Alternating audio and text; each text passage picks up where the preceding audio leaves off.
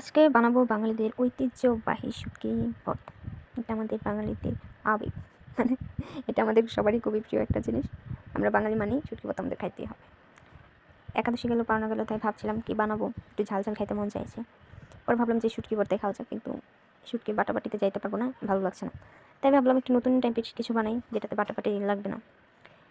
তাই আগে রসুন, পেঁয়াজ আর কাঁচামরিচ শুটকিগুলো ধুয়ে কেটে বেছে নিয়ে এগুলোকে হালকা একটু জল দিয়ে চুলাতে দিয়ে দিছি ঢাইকা করে। তো এটা একটু সিদ্ধ একটু পুরা পুরা হবে, অল্প একটু জল দিব। হলে তারপর এটা শুটকি থেকে কাঁটাগুলো সারা, পেঁয়াজ দিব না, পেঁয়াজ এখানে দিলে না একটা কেমন যেন হয়ে যায়। তো এখানে না দিয়া আমি এটা ডাইকা দিয়া তারপর হয়েছে না, তো শুটকির কাঁটাগুলো তুইলা ফালাই দিয়ে এটা পেঁয়াজ দিয়া লবণ টবণ আর মতো যা লাগে লবণ দিয়া তারপর এটা টিপে নিয়েছি। আর এটার গন্ধ যে বেরিয়েছিল হওয়ার পর, মানে এই গন্ধে আপনার ক্ষুধা লেগে যাবে। এত মজার এই ভর্তা, একবার বানায় ট্রাই করবেন। আর প্লিজ আমার পেজটা একটু ফলো দিয়ে যাবেন, লাইক কমেন্ট। ধন্যবাদ।